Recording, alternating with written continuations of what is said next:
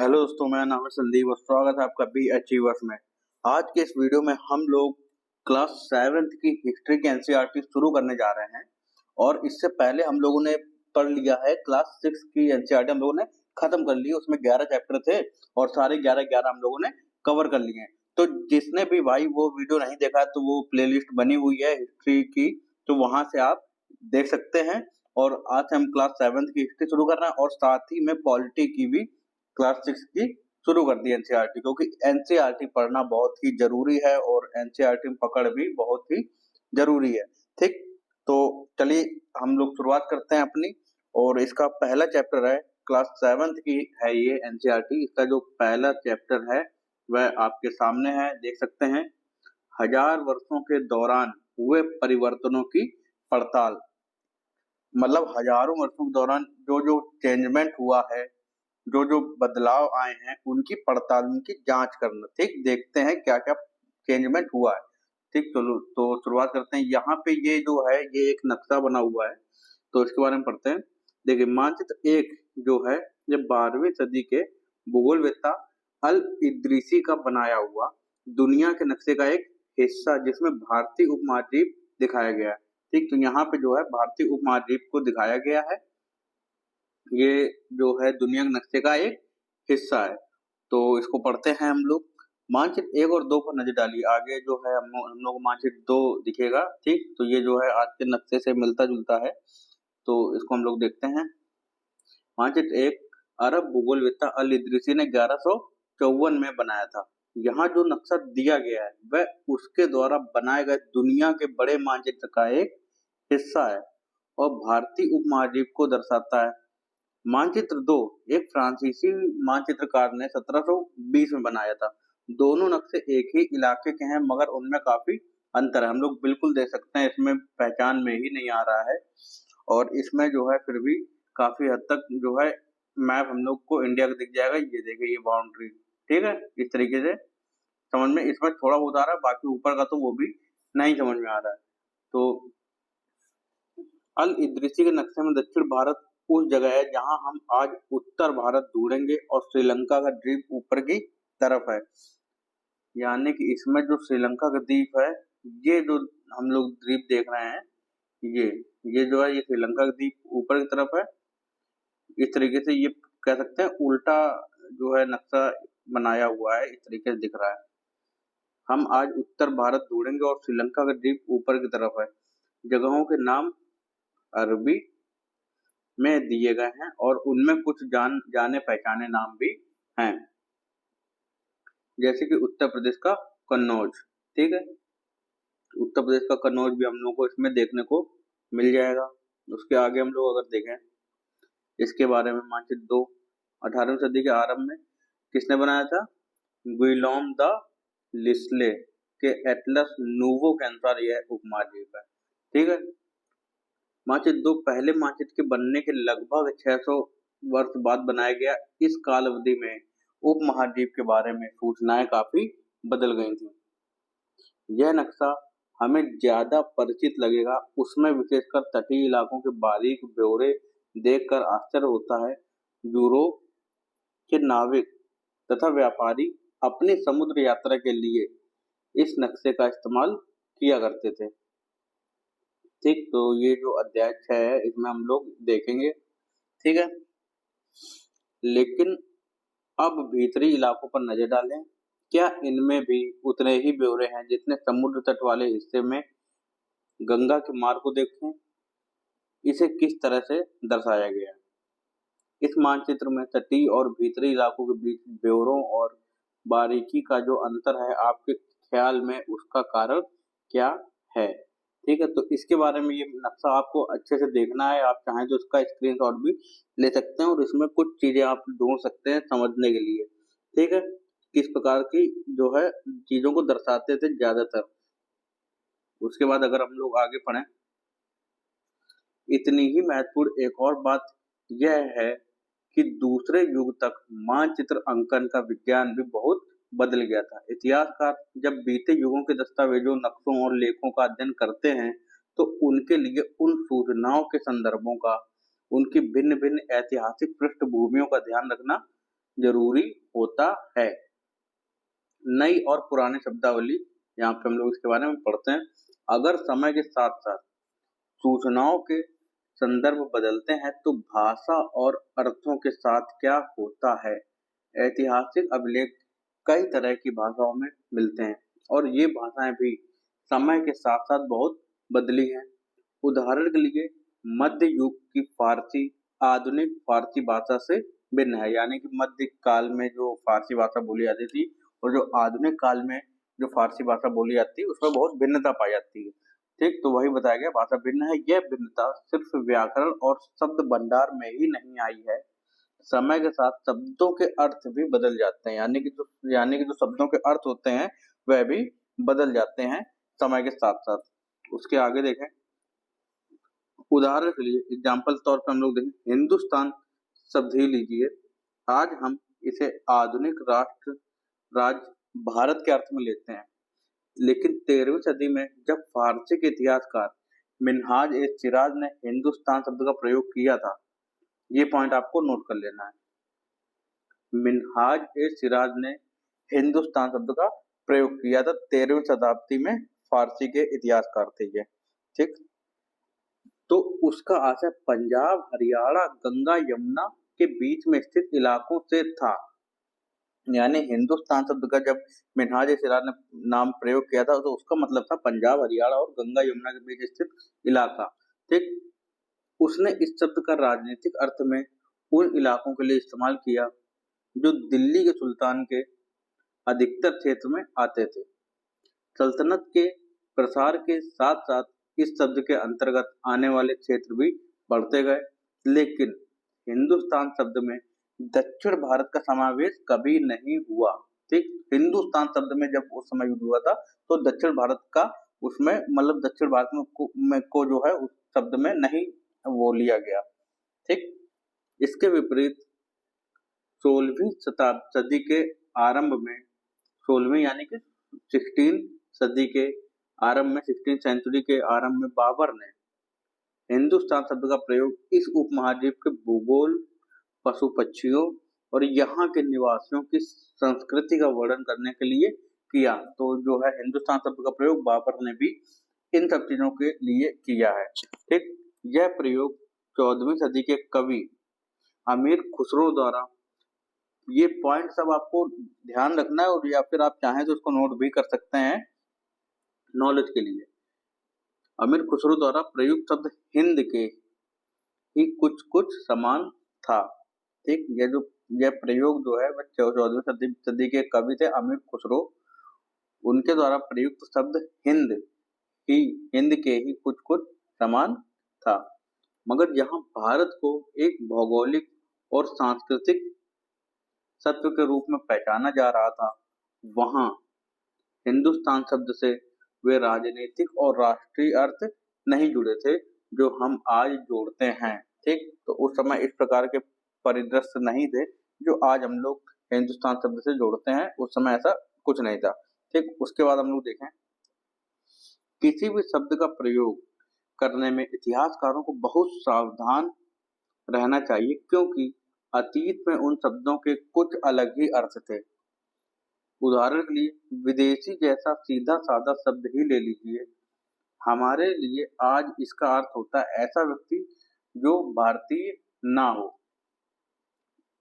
ठीक है, मध्य युग में मानो किसी गांव में आने वाला कोई भी अनजाना व्यक्ति जो उस समाज या संस्कृति का अंग ना हो उसको विदेशी कहलाता था, यानी कि वह विदेशी, उससे वह विदेशी कहते थे। तो इस प्रकार से जो है शब्द बदले हैं, ये आप यहाँ से समझ सकते हैं।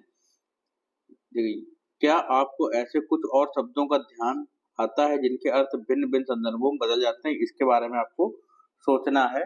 ठीक, ऐसे व्यक्ति को हिंदी में परदेसी और फारसी में अजनबी कहा जा सकता है। ठीक, इसी को विदेशी को। ठीक, इसलिए किसी नगरवासी के लिए वनवासी विदेशी होता था, किंतु एक ही गांव में रहने वाले दो किसान अलग अलग धार्मिक या जाति परंपराओं से जुड़े होने पर भी एक दूसरे के लिए विदेशी नहीं होते थे।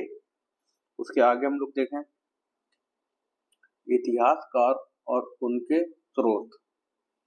इतिहासकार किस युग का अध्ययन करते हैं और उनकी खोज की प्रकृति क्या है, इसे देखते हुए वे अलग अलग तरह के स्रोतों का सहारा लेते हैं। उदाहरण के लिए पिछले साल आपने गुप्त वंश के शासकों और हर्षवर्धन के बारे में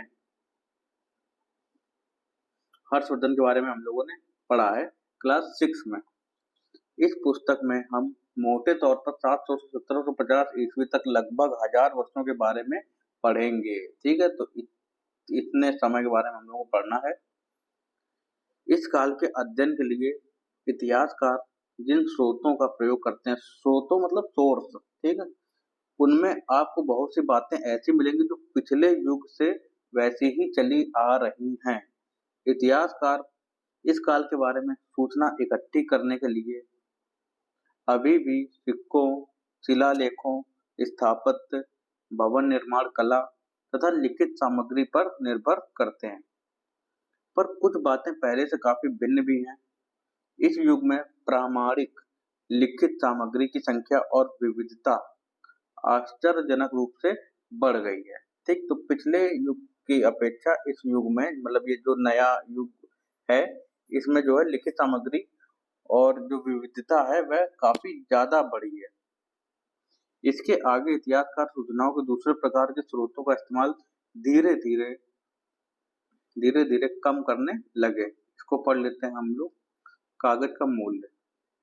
इन दो प्रसंगों की तुलना आपको करनी है। 13वीं सदी के मध्य में एक विद्वान को एक पुस्तक की प्रतिलिपि की जरूरत पड़ी। उसके पास उतना कागज नहीं था, इसलिए उसने एक ऐसी पांडुलिपि को धो डाला जिसकी उसे जरूरत नहीं थी और उसके कागज को सुखाकर उसका इस्तेमाल कर लिया। एक सदी बाद अगर आप बाजार से कोई खाद्य पदार्थ खरीदते तो हो सकता है कि आपकी किस्मत अच्छी होती और दुकानदार वह वस्तु कागज में लपेटकर देता। तो कागज कब अधिक महंगा था और कब आसानी से उपलब्ध था, 13वीं सदी में ये 14वीं सदी में ये आपको इससे पता चल गया होगा।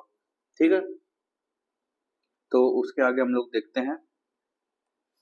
इस समय के दौरान कागज क्रमशः सस्ता होता गया और बड़े पैमाने पर उपलब्ध भी होने लगा, क्योंकि कागज की खोज हो चुकी थी तो आराम से वह उपलब्ध था। लोग धर्म ग्रंथ, शासकों के वृतांत, संतों के लेखन तथा उपदेश, अर्जियां, अदालतों के दस्तावेज, हिसाब तथा करों के खाते यानी टैक्स के जो खाते होते हैं, अकाउंट होते हैं आदि लिखने में इसका उपयोग करने लगे। धनी व्यक्ति, शासक जन, मठ तथा मंदिर पांडुलिपियां एकत्रित किया करते थे। इन पांडुलिपियों को पुस्तकालयों तथा अभिलेखागारों में रखा जाता था। ठीक, इन पांडुलिपियों तथा दस्तावेजों से इतिहासकारों को बहुत सारी विस्तृत जानकारी मिलती है, मगर साथ ही इनका उपयोग कठिन है। अब देखिए अभिलेखागार क्या होता है, ये आपको समझ में आ गया होगा। अभिलेखागार वैसे फिर भी हम लोग पढ़ लेते हैं। ऐसा स्थान जहां दस्तावेजों और पांडुलिपियों को संग्रहित किया जाता है। आज सभी राष्ट्रीय और राज्य सरकारों के अभिलेखागार होते हैं, जहां वे अपने तमाम पुराने सरकारी अभिलेख और लेन देन के ब्यौरों का रिकॉर्ड रखते हैं। ठीक, उन दिनों छापे खाने तो थे नहीं, इसलिए लिपिक या नकल नकल लिपिक या नकलन वे हाथ से ही पांडुलिपियों की प्रतिकृति बनाते थे। ठीक, अगर आपने कभी किसी मित्र के गृह कार्य की नकल उतारी है तो आप जानते होंगे कि यह काम आसान नहीं है। कभी कभी आपको अपने मित्र की लिखावट समझ में नहीं आती होगी और आपको मजबूर होकर अंदाज ही लगाना पड़ता होगा कि क्या लिखा गया है। फलस्वरूप आपके लिखे में मित्र के लिखे हुए से कुछ छोटे मोटे लेकिन महत्वपूर्ण अंतर आ जाते होंगे। उसके बाद हम लोग ये देखते हैं, ये चित्र एक जो है यह एक लघु चित्र की प्रतिकृति है जिसमें एक लिपिक किसी पांडुलिपि की नकल कर रहा है। जैसा कि आप लोग देख सकते हैं, इसकी ये जो है इसकी नकल कर रहा है इसमें। ठीक है, इस चित्र का आकार सिर्फ 10.5 सेंटीमीटर 7.5 सेंटीमीटर है। इस छोटे आकार के कारण इसे लघु चित्र या मिनिएचर कहा जाता है। कभी कभी इन लघु चित्रों का प्रयोग लेख में आई पांडुलिपियों को स्पष्टता प्रदान करने के लिए किया जाता था। ये इतने सुंदर होते थे कि आगे चलकर संग्रहकर्ता अक्सर इन चित्रों को पांडुलिपियों से अलग करके बेचने लगे थे। तो ये आप देख सकते हैं।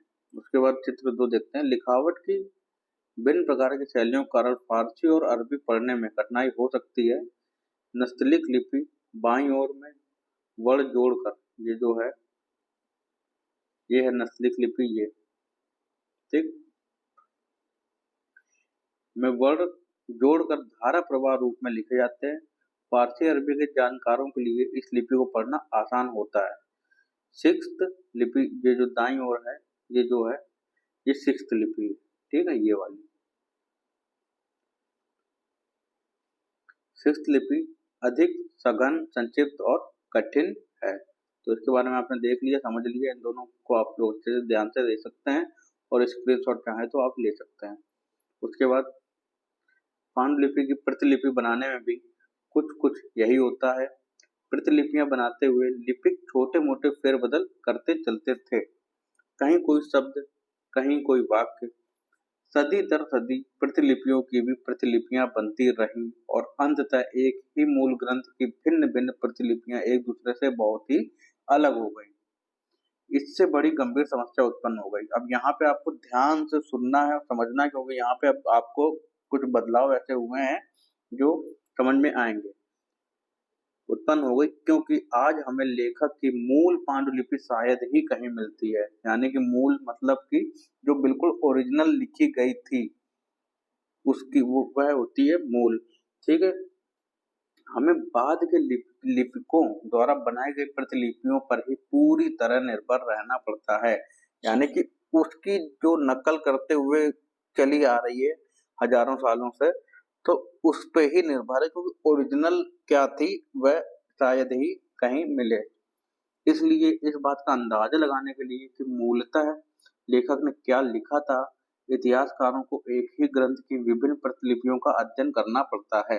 यानी एक ही जो टॉपिक है, एक ही ग्रंथ है, उसकी जो अलग अलग प्रतिलिपियां लिखी हुई हैं अलग अलग जो लिपिकों के द्वारा, तो अध्ययन करना पड़ता है ताकि सही चीज क्या है, किसी ने किसी शब्द को कुछ और समझा है, किसी ने कुछ और समझा है, इस प्रकार से जो है उसके मतलब भी बदल जाते हैं। तो सही से अध्ययन करने के लिए अलग अलग पढ़ना पड़ता है। कई बार लेखक स्वयं भी समय समय पर अपने मूल वृत्तांत में संशोधन करते रहते थे। 14वीं शताब्दी के इतिहासकार जियाउद्दीन बर्नी ने अपना वृत्तांत पहली बार 1356 में और दूसरी बार इसके 2 वर्ष बाद लिखा था। दोनों में अंतर है, लेकिन 1971 तक इतिहासकारों को पहली बार वाले वृत्तांत की जानकारी ही नहीं थी। यह पुस्तकालयों के विशाल संग्रहों में कहीं दबा पड़ा था। उसके आगे हम लोग पढ़ें, ये चीज आपको अच्छे से समझ में आ रही होंगी, ठीक। तो ये पूरे समझने वाली चीजें हैं, कैसे बदलाव हुए हैं, वो क्या बदलाव हुए होंगे, ये आपको अपने मन से भी सोचना है, ठीक है। आगे हम लोग पढ़ते हैं नए सामाजिक और राजनीतिक समूह। इसको आपको ध्यान से पढ़ना है। सन 700 से 1750 के बीच के 1000 वर्षों का अध्ययन इतिहासकारों के आगे भारी चुनौती रखता है। मुख्य रूप से इसलिए कि इस पूरे काल में बड़े पैमाने पर और अनेक तरह के परिवर्तन हुए हैं। बहुत ज्यादा यहाँ पे परिवर्तन देखने को मिलते हैं। इस काल में अलग अलग समय पर नई प्रौद्योगिकी के दर्शन होते हैं, यानी कि नई नई टेक्नोलॉजी आती है। जैसे सिंचाई में रहट, कताई में चरखे और युद्ध में आग्नेयास्त्रों यानी कि बारूद वाले हथियार का इस्तेमाल। ये आगे समय के साथ साथ इस तरह की चीजों का इस्तेमाल होने लगा। इस उपमहाद्वीप में नई तरह का खान पान भी आया। आलू, मक्का, मिर्च, चाय और कॉफी। ध्यान रहे कि ये तमाम परिवर्तन नई प्रौद्योगिकियां यानी कि जो नई टेक्नोलॉजी है और फसलें उन लोगों के साथ आए जो नए विचार भी लेकर आए, अपने नए विचार भी, अपनी नई सोच भी लेकर आए जो भी यात्री आए थे। परिणाम स्वरूप यह काल आर्थिक, राजनीतिक, सामाजिक और सांस्कृतिक परिवर्तनों का भी काल रहा। अध्याय 5, 6 और 7 में आप इनमें से कुछ के बारे में जानेंगे, यानी कि अध्याय जो हम लोग 5, 6, 7 पढ़ेंगे तो उसके बारे में और अच्छे से जानेंगे। इस युग में लोगों की गतिशीलता, एक स्थान से दूसरे स्थान पर आना जाना भी बहुत बढ़ गया था। अवसर की तलाश में लोगों के झुंड दूर दूर की यात्राएं करने लगे थे। इस उपमहाद्वीप में अपार संपदा और अपना भाग्य गढ़ने के लिए अपार संभावनाएं मौजूद थीं। इस काल में जिन समुदायों का, आगे हम लोग देखते हैं, जिन समुदायों का महत्व बढ़ा उनमें से एक समुदाय था राजपूत, जिसका नाम राजपुत्र अर्थात राजा का पुत्र से निकला है। ठीक, जो राजपूत है समुदाय वह राजपुत्र से निकला है, यानी कि राजा का पुत्र से। तो ये एक चित्र बना हुआ है, इसको हम लोग देख लेते हैं। ये है क्या? ये क्या है? ये रहट है। ठीक है, ये रहट है। ये इस प्रकार से कुछ है, आप इसको देख सकते हैं। उसके आगे देखें,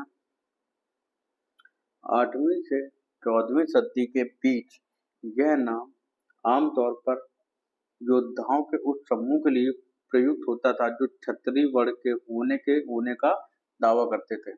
राजपूत शब्द के अंतर्गत केवल राजा और सामंत वर्ग ही नहीं बल्कि वे सेनापति और सैनिक भी आते थे जो पूरे उपमहाद्वीप में अलग अलग शासकों की सेनाओं में सेवारत थे। ठीक है, ये चीज आपको समझ में आ रही होगी। कवि और चारण राजपूतों की आचार संहिता प्रबल पराक्रम और स्वामी भक्ति का गुणगान करते थे। ठीक, कौन? कवि और चारण। इस युग में राजनीतिक दृष्टि से महत्व हासिल करने के अवसरों का लाभ मराठा, सिख, जाट, अहोम, कायस्थ यानी मुख्यतः लिपिकों और मुंशियों का कार्य करने वाली जाति, ये कौन थी? मराठा, सिख, जाट और अहोम और कायस्थ आदि समूहों ने भी उठाया। उसके बाद हम लोग देखें, इस पूरे काल के दौरान क्रमशः जंगलों की कटाई हो रही थी और खेती का इलाका बढ़ता जा रहा था। कुछ क्षेत्रों में यह परिवर्तन अन्य क्षेत्रों की अपेक्षा अधिक तेजी से और पूरे तौर पर हुआ। पर्यायवास में परिवर्तन के कारण कई वनवासियों को मजबूर होकर अपना स्थान छोड़ना पड़ा। अब पर्यायवास का क्या होता है ये यहाँ पे दिया हुआ है, तो देख सकते हैं या नोट कर लें। इसका तात्पर्य किसी भी क्षेत्र के पर्यावरण और वहां के रहने वालों की सामाजिक और आर्थिक जीवन शैली से है, तो इसको क्या बोलते हैं? पर्यायवास। कुछ और वनवासी जमीन की जुताई करने लगे और कृषक बन गए। कृषकों के ये नए समूह क्षेत्रीय बाजार, मुखियाओं, पुजारियों, मठों और मंदिरों से प्रभावित होने लगे। वे बड़े और जटिल समाजों के अंग बन गए। उन्हें कर चुकाने पड़ते थे और स्थानीय मालिक वर्ग की बेगार करनी पड़ती थी, यानी कि मजदूरी करनी पड़ती थी।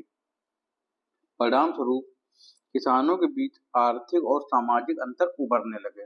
ठीक है, तो कैसे परिवर्तन आ रहा है ये आपको समझते रहना है। कुछ के पास ज्यादा उपजाऊ जमीन होती थी, कुछ लोग मवेशी भी पालते थे और कुछ लोग खेती से खाली समय में दस्तकारी आदि का कुछ काम कर लेते थे। जैसे जैसे समाज में अंतर बढ़ने लगे, डिफरेंस लोगों के बीच बढ़ने लगे, लोग जातियों और उपजातियों में बांटे जाने लगे और उनकी पृष्ठभूमि और व्यवसाय के आधार पर उन्हें समाज में ऊंचा या नीचा दर्जा दिया जाने लगा। ठीक, तो यहाँ से आपको कॉन्सेप्ट समझ में आ जाएगा जाति व्यवस्था का। ये दर्ज स्थायी नहीं थे। किसी जाति विशेष के सदस्यों के हाथों में कितनी सत्ता, प्रभाव और संसाधनों का नियंत्रण है, इसके आधार पर उसके दर्जे बदलते रहते थे।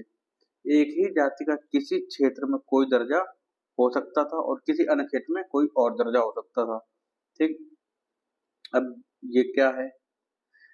इस अनुभाग में जो प्रौद्योगिकी, आर्थिक, सामाजिक और सांस्कृतिक परिवर्तन वर्णित है, उनमें से कौन-कौन से परिवर्तन आपके समझ में आपके शहर या गाँव में सबसे महत्वपूर्ण रहे हैं? इसके बारे में जो हम लोगों ने देखा था, वो आपको इसके बारे में देखना है। आपके आस-पास के जो आज भी चीज़ें विद्यमान हैं। अपने सदस्यों के व्यवहार का नियंत्रण करने के लिए जातियाँ स्वयं खुद ही अपने-अपने नियम बनाती थी। इन नियमों का पालन जाति के बड़े बुजुर्गों की एक सभा करवाती थी, जिसे कुछ इलाकों में जाति पंचायत कहा जाता था। यहाँ पे बहुत ही आपको कॉन्सेप्चुअल चीज़ें समझ में आएँगी, बहुत ही जो अभी तक समझ में नहीं आई हैं, वह आपको यहाँ से समझ में आने लगेंगी, पंचायत, जाति व्यवस्था वगैरह-वगैरह, ठीक है? लेकिन जातियों को अपने निवास के गाँवों के रिवाजों का पालन भी करना पड़ता था। तो किस प्रकार से जो है रिवाज, रीति-रिवाज शुरू हुए हैं, वो हम लोग को यहाँ से समझ में आएगा। इसके अलावा कई गाँवों पर मुखियाओं का शासन होता था। मिल मिलाकर वे किसी राज्य की एक छोटी इकाई पर होती थी। मतलब जो मुखियाओं का जो शासन होता था गाँवों पर, वह एक छोटी इकाई टाइप की होती थी टोटल। उसके बाद हम लोग देखते हैं क्षेत्र और साम्राज्य। चोल, जो हम लोगों ने चैप्टर 2 में पढ़ेंगे, और तुगलक जो हम लोग चैप्टर 3 में इसके बारे में पढ़ेंगे, और जो मुगल इसका हम लोग पढ़ेंगे चैप्टर 4 में। जैसे बड़े-बड़े राज्यों के अंतर्गत कई सारे क्षेत्र आ जाते थे। दिल्ली के सुल्तान गयासुद्दीन बलबन 1266 से 1287, ठीक है, इसने इसने इसके 1266 से 1287 के बीच में इसने शासन किया है। तो गयासुद्दीन बलबन क्या था? दिल्ली सुल्तान की प्रशंसा में एक संस्कृत प्रशस्ति, ठीक, प्रशस्ति के उदाहरण के लिए अध्याय 2 देखिए, ठीक है। प्रशस्ति के बारे में हम लोग आगे देख लेंगे। बाकी हम लोगों ने क्लास 6 के एनसीईआरटी में भी इसके बारे में देखा है। में उसे एक विशाल साम्राज्य का शासक बताया गया है, जो पूर्व में बंगाल यानी कि गौड़ से लेकर पश्चिम में अफगानिस्तान के गज्जन तक फैला हुआ था, और जिसमें संपूर्ण दक्षिण भारत द्रविड़ भी आ जाता था। गौड़ आंध्र, केरल, कर्नाटक, महाराष्ट्र और गुजरात आदि भिन्न-भिन्न क्षेत्रों के लोग उसकी सेना के आगे, हम लोग आगे देखते हैं, सेना के आगे पलायन कर जाते थे, यानी कि भाग जाते थे, निकल जाते थे उसकी सेना को देखते हुए। ये जो मैप बना हुआ है, ये मिस्र के शिहाबुद्दीन उमरी द्वारा रचित मसालिक अल अबसर की मसालिक अल अबसर फी ममालिक अल अमसर के अनुसार मोहम्मद तुगलक के राज्यकाल में दिल्ली सल्तनत के अंतर्गत आने वाले प्रांत हैं, ठीक। ये इतने सारे प्रांत इसके दिल्ली सल्तनत के अंतर्गत आते थे, किसके? मोहम्मद तुगलक के राज्यकाल में। तो ये आप देख सकते हैं, इनके नाम यहाँ पे दिए हुए हैं, और आप चाहें तो इसका स्क्रीनशॉट भी ले सकते हैं। बहुत ही ज्यादा विस्तार था, उत्तर भारत से लेकर दक्षिण भारत और पूरब से लेकर पश्चिम तक हम लोग यहाँ से देख सकते हैं, यहाँ से यहाँ तक, और यहाँ से यहाँ तक देख सकते हैं, तमिलनाडु तक जो है ये फैला हुआ था। इतिहासकार विजय अभियान के इन दावों को अतिशयोक्तिपूर्ण मानते हैं, यानी कि कुछ इसमें जो है कमियां हैं, कुछ मतलब इस प्रकार से कुछ ना कुछ तो इसमें कमियां है, इतना वो हो नहीं सकता है, तो अतिशयोक्तिपूर्ण इसको मानते थे। साथ ही वे यह समझने की कोशिश में भी लगे रहते हैं कि शासक लोग इस उपमहाद्वीप के भिन्न-भिन्न भागों पर अपने अधिकार का उल्लेख क्यों करते रहते हैं। आप क्या समझते हैं, शासक ऐसे दावे क्यों करते थे? ये आपको इसके बारे में सोचना है। अब देखते हैं भाषा तथा क्षेत्र के बारे में, इसमें क्या लिखा हुआ है। सन 1318 में कवि अमीर खुसरो ने, ये जो है बहुत ही इंपॉर्टेंट कवि हैं, इनका नाम आपको याद रखना है, ने इस बात पर गौर किया था कि इस देश के हर क्षेत्र की एक अलग भाषा है। सिंधी, लाहौरी, कश्मीरी, द्वार समुद्री जो दक्षिण कर्नाटक में बोली जाती है, तेलंगानी आंध्र प्रदेश में, गुजरी गुजरात में, माहबारी तमिलनाडु में, गौड़ी बंगाल में, अवधी पूर्वी उत्तर प्रदेश में, और हिंदवी दिल्ली के आसपास के क्षेत्र में। अमीर खुसरो ने आगे बतलाया है कि इन भाषाओं के विपरीत एक भाषा संस्कृत भी है, जो किसी विशेष क्षेत्र की भाषा नहीं है। यह एक प्राचीन भाषा है जिसे केवल ब्राह्मण जानते हैं, आम जनता नहीं। ये किसने कहा है? अमीर खुसरो ने कहा है। ये पॉइंट आपको याद रखना है, ठीक है। अमीर खुसरो द्वारा उल्लिखित भाषाओं की एक सूची बनाइए और एक सूची उन भाषाओं के नामों की बनाइए जो उनके द्वारा उल्लिखित क्षेत्रों में आज बोली जाती है। जो नाम एक से हैं उन्हें रेखांकित कीजिए और जो नाम भिन्न है उनके चारों ओर घेरा खींच दीजिए। ये आपको काम करना है। क्या आपने ध्यान दिया है कि समय के साथ भाषाओं के नाम बदल गए हैं? बिल्कुल बदल गए हैं, ठीक। तो ये चीजें भी आपको देख लेनी है। उसके बाद हम लोग आगे पढ़ें। सन 700 तक कई क्षेत्रों के अपने अपने भौगोलिक आयाम तय हो चुके थे और उनकी अपनी भाषा तथा सांस्कृतिक विशेषताएं स्पष्ट हो गई थी। अध्याय 9 में आपको इनके बारे में और अधिक जानकारी मिलेगी। ये क्षेत्र विशेष शासक राजवंशों से भी जुड़ गए थे। इन राज्यों के बीच काफी टकराहटें चलती रहती थी। कभी कभी चोल, खलजी यानी खिलजी, तुगलक और मुगल जैसे राजवंश अनेक क्षेत्रों में फैला एक विशाल साम्राज्य भी खड़ा कर लेते थे। ये सभी साम्राज्य समान रूप से स्थिर या सफल नहीं हो पाते थे। उदाहरण के लिए चैप्टर 3 और चैप्टर 4 की तालिका एक की तुलना कीजिए। ये हम लोग उसमें चैप्टर में करेंगे। खिलजी और मुगल वंश के शासन कितनी कितनी अवधि तक चले ये उसमें देख लेंगे, ठीक है। उसके आगे देखते हैं। 18वीं सदी में मुगल वंश पतन के ढलान पर था। फलस्वरूप क्षेत्रीय राज्य फिर से उभरने लगे। अध्याय 10 में ये चीज हम लोग पढ़ेंगे। लेकिन वर्षों से जो सर्व क्षेत्रीय साम्राज्यों का शासन चल रहा था उससे क्षेत्रों की प्रकृति बदल गई थी। उन पर कई छोटे बड़े राज्यों का शासन चलता रहा था और उन राज्यों की बहुत सी बातें इस उपमहाद्वीप के अधिकतर भाग पर पहले इन क्षेत्रों को विरासत में मिली थी। इस तथ्य का पता हमें उन कई परंपराओं से लगता है जो इन क्षेत्रों में उभरी थी। इन परंपराओं में कुछ एक दूसरी से भिन्न और कुछ एक समान हैं। ऐसी परंपराएं हमें प्रशासन, अर्थव्यवस्था के प्रबंधन, उच्च संस्कृति तथा भाषा के संदर्भ में मिलती हैं। सन 700 से लेकर 1750 के बीच के हजार वर्षों में इन विभिन्न क्षेत्रों की प्रकृति एक दूसरे से कटकर अलग अलग नहीं पनपी थी। हालांकि उनके चरित्र की अपनी विशिष्टताएं बनी रही थी, मगर समन्वय की सर्व क्षेत्रीय ताकतों का प्रभाव भी उन पर पड़ा था, ठीक। तो ये आपको देखना है। पता लगाइए कि क्या आपका राज्य कभी इन सर्व क्षेत्रीय साम्राज्यों का हिस्सा रहा था। यदि रहा था तो कितने समय तक, ये आपको इसके बारे में पता लगाना है। पुराने और नए धर्म इतिहास के जिन हजार वर्षों की पड़ताल हम कर रहे हैं इनके दौरान धार्मिक परंपराओं में कई बड़े बड़े परिवर्तन आए। दैविक तत्व में लोगों की आस्था कभी कभी बिल्कुल ही वैयक्तिक स्तर पर होती थी, मगर आमतौर पर इस आस्था का स्वरूप सामूहिक होता था। इसी दैविक तत्व में सामूहिक आस्था यानी धर्म प्रायः स्थानीय समुदायों के सामाजिक और आर्थिक संगठन से संबंधित होती थी। जैसे जैसे इन समुदायों का सामाजिक संसार बदलता गया वैसे ही इनकी आस्थाओं में भी परिवर्तन आता गया। आज हम जिसे हिंदू धर्म कहते हैं उनमें भी इसी युग में महत्वपूर्ण बदलाव आए। इन परिवर्तनों में कुछ थे नए देवी देवताओं की पूजा, राजाओं द्वारा मंदिरों का निर्माण और समाज में पुरोहितों के रूप में ब्राह्मणों का बढ़ता महत्व तथा बढ़ती सत्ता आदि। संस्कृत ग्रंथों के ज्ञान के कारण समाज में ब्राह्मणों का बड़ा आदर होता था। इनके संरक्षक थे नए नए शासक जो स्वयं खुद ही प्रतिष्ठा की चाह में थे। इन संरक्षकों का समर्थन होने के कारण समाज में इनका दबदबा और भी बढ़ गया था। किसका? ब्राह्मण समुदाय के लोगों का, ठीक। तो ये हम लोग देखते हैं संरक्षक क्या होता है।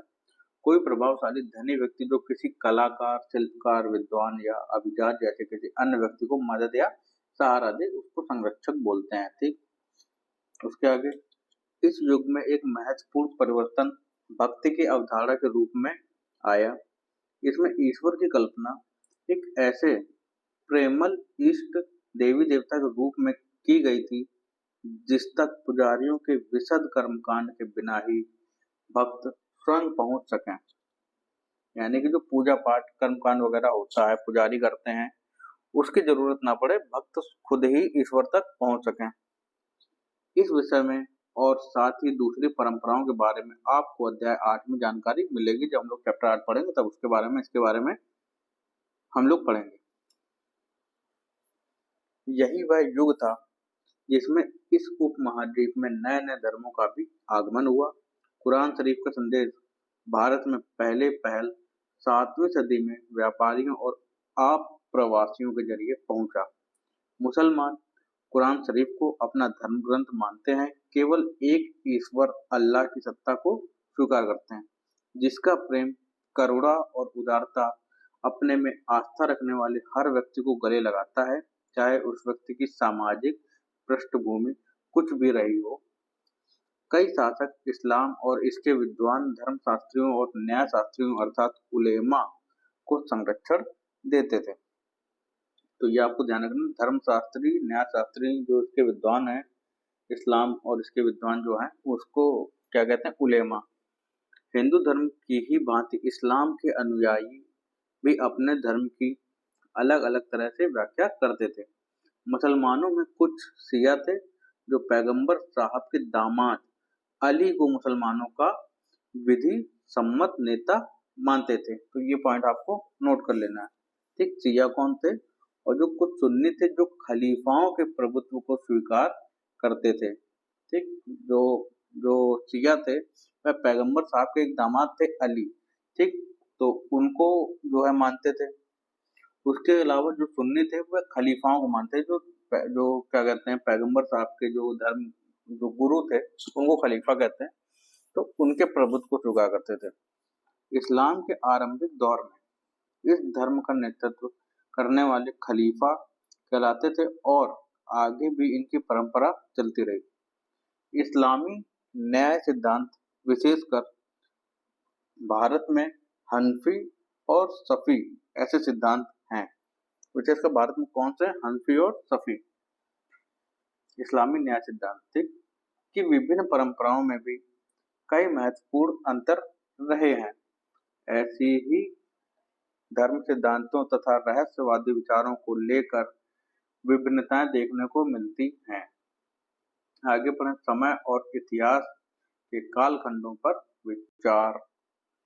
इतिहासकार समय को केवल घड़ी या कैलेंडर की तरह नहीं देखते, यानी कि केवल घंटों, दिन या वर्षों के बीतने के रूप में ही नहीं देखते हैं।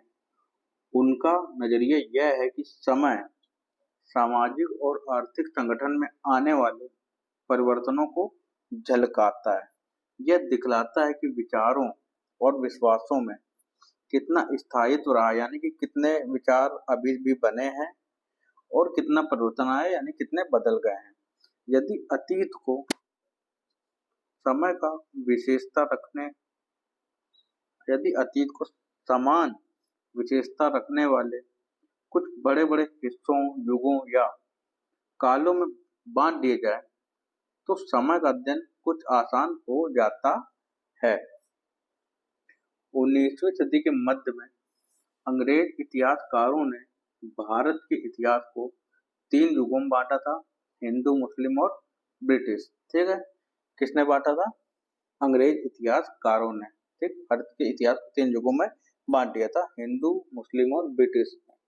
यह विभाजन इस विचार पर आधारित था कि शासकों को धर्म ही एकमात्र महत्वपूर्ण ऐतिहासिक परिवर्तन होता है। शासकों का धर्म ही एकमात्र महत्वपूर्ण ऐतिहासिक परिवर्तन होता है और अर्थव्यवस्था, समाज और संस्कृति में और कोई भी महत्वपूर्ण बदलाव नहीं आता।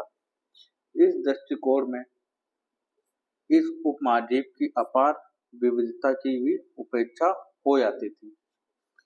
इस काल विभाजन को आज बहुत कम इतिहासकार ही स्वीकार करते हैं। अधिकतर इतिहासकार आर्थिक तथा सामाजिक कारकों के आधार पर ही अतीत के विभिन्न कालखंडों की विशेषताएं तय करते हैं।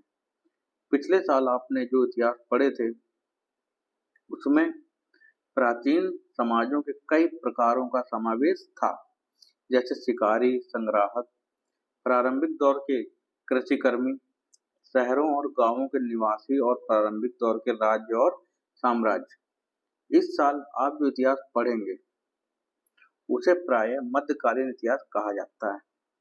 इसमें आपको कृषक समाजों के विस्तार, क्षेत्रीय और साम्राज्यिक राज्यों के उदय, कभी-कभी तो ग्रामवासियों और वनवासियों की कीमत पर प्रधान धर्मों के रूप में हिंदू धर्म, इस्लाम धर्म के विकास और यूरोप में व्यापारी कंपनियों के आगमन के बारे में और विस्तार से जानकारी मिलेगी। भारत के इतिहास के ये हजार साल अनेक बदलावों के साक्षी रहे हैं। आखिर 16वीं और 18वीं शताब्दियां 8वीं या 11वीं शताब्दियों से काफी भिन्न थी। इसलिए इस सारे काल को ऐतिहासिक इकाई के रूप में देखना समस्याओं से खाली नहीं है। फिर मध्यकाल की तुलना प्रायः आधुनिक काल से की जाती है। आधुनिकता के साथ भौतिक उन्नति और बौद्धिक प्रगति का भाव जुड़ा हुआ है। इससे आशय यह निकलता है कि मध्यकाल रूढ़िवादी था और उस दौरान कोई परिवर्तन हुआ ही नहीं। लेकिन हम जानते हैं कि ऐसा नहीं था। इन हजार वर्षों के दौरान इस उपमहाद्वीप के समाजों में प्रायः परिवर्तन आते रहे और कई क्षेत्रों की अर्थव्यवस्था तो इतनी समृद्ध हो गई थी कि उसने यूरोप की व्यापारी कंपनियों को भी आकर्षित करना आरंभ कर दिया। इस पुस्तक को पढ़ते समय आप परिवर्तन के चिन्हों तथा यहाँ सक्रिय ऐतिहासिक प्रक्रियाओं पर ध्यान देते चलें। ठीक है, तो ये सारी चीजें जो परिवर्तन होती रही हैं वो आपको ध्यान देना है और पॉइंट आपको नोट भी करते चलने हैं। जब भी संभव हो उस पुस्तक में आप जो पढ़ रहे हैं उसकी तुलना आप पिछले वर्ष पढ़ी हुई बातों से करने की कोशिश करें। आपको लिंक भी करते हुए चलना है, मैंने आपको पहले ही बताया था क्लास 6 के जब हम लोग पढ़ रहे थे एनसीईआरटी। ठीक, तो आपको जो सारी चीजें अब क्लियर हो रही होंगी, समझ में आ रही होंगी और लिंक करते हुए चलना है पहले और अब में क्या परिवर्तन हो रहा है। जहां भी संभव हो यह देखें कहाँ बदलाव हुए हैं, ठीक है, और कहाँ नहीं। और आज अपने आसपास की दुनिया पर नजर डालकर भी यह देखें कि और भी क्या कुछ बदला है या वैसा ही रहा है। तो यही एक खास बात है एनसीईआरटी की, जो कि परिवर्तन जो हो रहे हैं उसको साथ में लेके चलना है और आज क्या हुआ है और पहले क्या था इसको लिंक भी करना है। क्या संभावनाएं बनती हैं आगे ये भी जो है बताती है हमें एनसीईआरटी। ये आपको देखना है। कल्पना करें आप एक इतिहासकार हैं। इस अध्याय में उल्लिखित कोई एक विषय आर्थिक, सामाजिक या राजनीतिक इतिहास चुनिए और समझाइए कि आपके विचार में उसकी जानकारी हासिल करना क्यों दिलचस्प होगा। आपको अपने ऊपर ऐसा सोचना है अगर आप एज जो है इतिहासकार अगर आप हैं। ठीक, उसके बाद बीज शब्द यानी कि जो इम्पोर्टेंट शब्द है पांडुलिपि, जाति, क्षेत्र और काल विभाजन, और ये जो है आपको क्वेश्चन आपको करके देख लेने हैं। अतीत में विदेशी किसे माना जाता था, हम लोग इसे समझ गए हैं और इसमें सही और गलत क्या है ये आपको एक्सरसाइज कर लेनी है और ये जो रिक्त स्थान भी भर लेने हैं। उसके बाद में ये कुछ शब्द हैं हिंदुस्तान शब्द, ठीक है, और इस काल दौरान हुए कुछ मुख्य धार्मिक परिवर्तनों की जानकारी। तो आपको अगर आंसर राइटिंग करनी है तो आप यहाँ से बहुत ही अच्छे से अपनी आंसर राइटिंग की शुरुआत कर सकते हैं। बहुत ही अच्छे से आपकी यहाँ से प्रैक्टिस भी हो जाएगी और बेसिक चीजें हैं जो आपको समझ में आ जाएंगी यहाँ से। ठीक, तो अगला चैप्टर हम लोग अगले वीडियो में कंप्लीट करेंगे। तब तक के लिए धन्यवाद।